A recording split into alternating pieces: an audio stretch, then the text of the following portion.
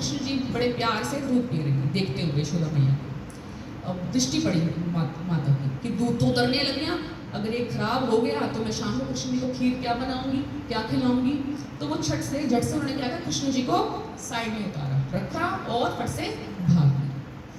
अब कृष्ण जी को तृप्त नहीं होता, उनकी तो भूख मिटेगी। ये क्या है, इतना दुस्साहस, मैं इनके लिए वैकुंठ से आया हूँ, पुत्र बनाऊं मैं, और ये मुझे छोड़ के चल दूँ, मतलब मेरा तो कोई सम्मान ही नहीं है, इतना बड़ा अपमान। तो वो गुस्से में ना फड़फड़ाने लगी उनके हुए। उन्होंने अपने होठों को दांतों से दबा लिया उससे।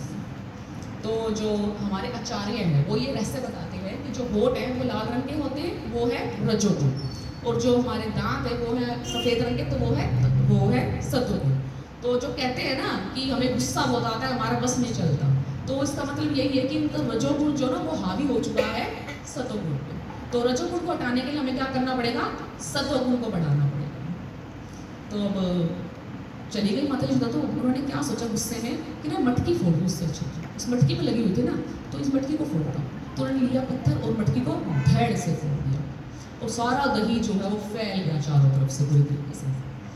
अब फोड़ तो दिया, अब सोच रहे हैं कि यहाँ से भागने में ही मेरी भलाई है, वरना माता जी को पता लग जाएगा मेरा। और वो क्या करते हैं, अब छोटे छोटे काम हैं, वो दही भरा हुआ है वहाँ पे फैला हुआ, तो दही को लांघने की कोशिश करते हैं, और पूरा जोर लगा के दही को लांघते हैं, और कहाँ करते हैं, सीधा दही के बीच में छपा पैरों में पड़ते हैं। और क्या करते हैं, फिर भागते भागते भागते भागते उन्हीं के पैरों को निशान सफ़ेद सफ़ेद पड़ते हुए दूसरे कमरे में चले जाते हैं, ताकि यशोदा मैया को ढूंढे ना। वहाँ चले गए। अब वहाँ पे ना पुराना मक्खन लटका हुआ था, अब भाग जा नहीं रहा था, तो उखल रखा हुआ था, उखल जो आपको दिख रहा है ना, जो जिस पे बांधा हुआ है ऐसा उखल, तो उस उखल पे चढ़ के मटकी उतारी, बंदरों को बुला लिया, आ जाओ मक्खन खाते, इससे बड़ी बेइज्जती क्या हो सकती है मक्खन। तो मक्खन खिला रहे हैं कि आओ, जब मैं राम बन के ना उसमें त्रेता युग में आया था ना, तब तुमने मेरी बड़ी सेवा की, तुम मेरे लिए किष्किंधा से लेके रामेश्वर तक गए, फिर आगे सेतु तक गए, फिर आगे लंका तक गए, तुमने मेरी इतनी घोर तपस्या की है तुमने मेरे लिए, तो मेरे ऊपर तुम्हारा ऋण है, तो अब तुम मक्खन खाओ, नो सेवा ओनली मेवा। तो ऐसे खिलाए जा रहे हैं। तो अब आ गए यशोदा मैया, स्टोव से दूध सेटल वेटल करके आई, देखा कृष्ण जी गायब। अगर कृष्ण जी गायब नहीं होते ना, माँ होते, तो बच जाता कि चलो किसी और ने किया हुआ था, लेकिन अब कृष्ण जी गायब हैं तो समझ गई यशोदा मैया कि भाई सारा काम करा धराया इसका है। जो गोपियाँ थी ना शिकायत लगाने, तो वो सच्ची शिकायत लगाती थी मुझे।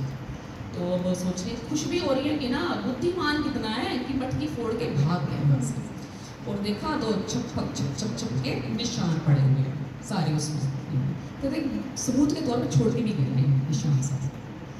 तो अब लेकिन ये कि इसको सबक भी सिखाना है, माता सबक नहीं सिखाएगी, शिक्षा नहीं देगी तो कौन देगा, वरना ये आगे जाके फिर उत्पाद मचाएगा।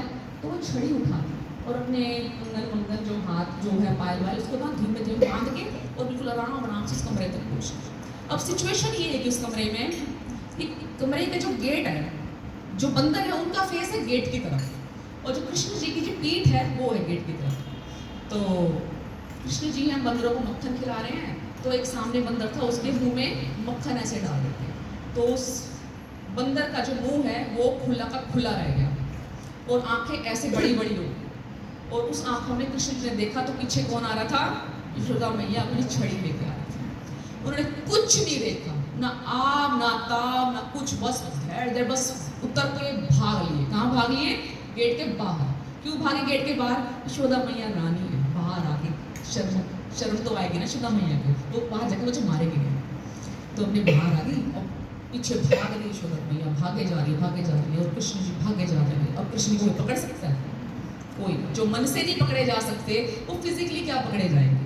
मिल्खा सिंह भी नहीं पकड़ सकता उनको, तो पीटी उषा भी नहीं पकड़ सकते उनको। तो पीछे भाग रहे।